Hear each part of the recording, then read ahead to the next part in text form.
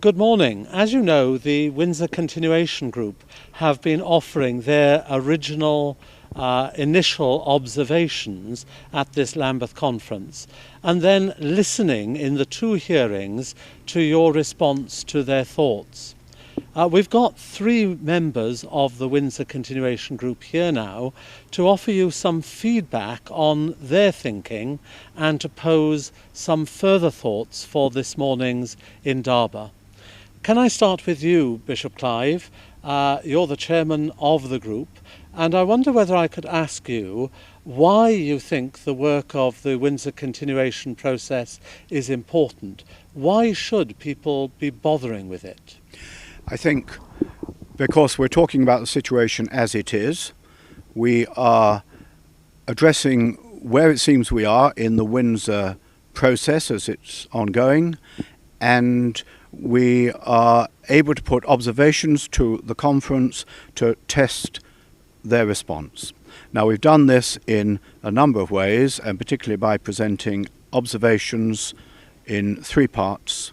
First, we addressed the severity of the situation, where we are now. Then we said, where would we like to be? In doing that, we put a number of questions, and then we affirmed the role of the Anglican Covenant as being of considerable help in this process. We indicated that we thought that more work was to be done on the instruments of communion, and I know that there are a number of people with thoughts about that in the conference, and it would be good to hear some of those expressions of their views. And then we've affirmed also the processes like the listening process and commissions.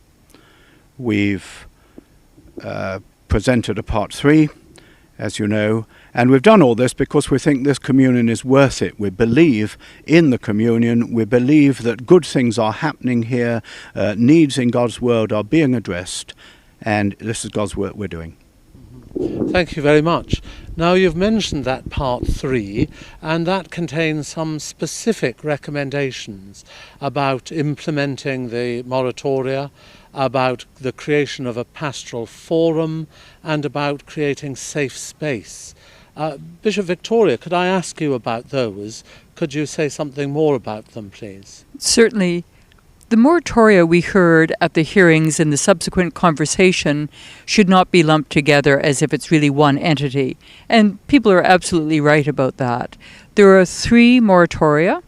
The first is a moratorium requested to be extended on future consecrations of partnered gay bishops. The second is to do with cross-border interventions.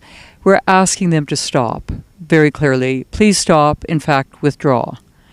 And the third, which is most pastorally sensitive, and let me be very careful about the wording about this because I think we weren't as careful as we should have been in our document, has to do with authorized public rites of same-gender blessings. We're asking for a moratorium on that to be extended.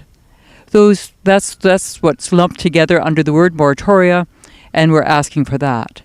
Now, when we move on to the public forum, we're asking for an opportunity to meet with people who are experiencing some difficulty, facing some of the problems in the communion, a chance to get together, do theology, listen in person, and to offer help. When we get to the topic of safe space, we're asking for an opportunity to offer almost sanctuary to a diocese or possibly even province when they're having difficulties. A place that they could be always with a view of returning in order to be reunited and to have reconciliation with their original home. Thank you very much. Now, if I might turn to you, Bishop Donald, you live and have your ministry in Tanzania. Do these sort of proposals, do they seem a good way forward to you? Do they give you some hope about the future of the communion? How do you react to these suggestions? Thank you. The proposals sound good, but I think what needs to be addressed to is what authority will have these things put into effect, because I think that's always the problem. We have the primates communiques, and they are there, and nothing seems to have happened. So the first area that, which us will make us happy and know that, maybe there is hope if there is an authority to put all that into effect. But, what the main area, the main thing really, which for most of us in the third world is that we think there was a shift from honoring Scripture, commitment to honoring Scripture. If that is dealt with, if people respect and have a commitment to the authority of Scripture, I think then that will be a good starting place, rather than just dealing with the moratoria and dealing with provision pastoral scheme. I think the main thing really is whether we can respect the authority of Scripture.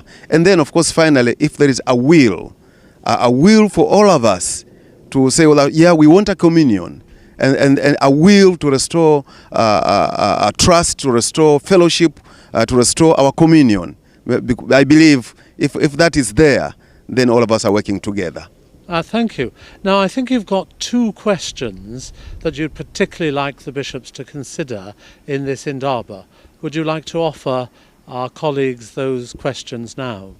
Yes, the two questions that we'd like to put before the bishops from our group are as follows. The first one is, having heard the others as fully and fairly as you can, what generous initiatives can you take in order to break through into a new and transformed relation of communion? That is the first question.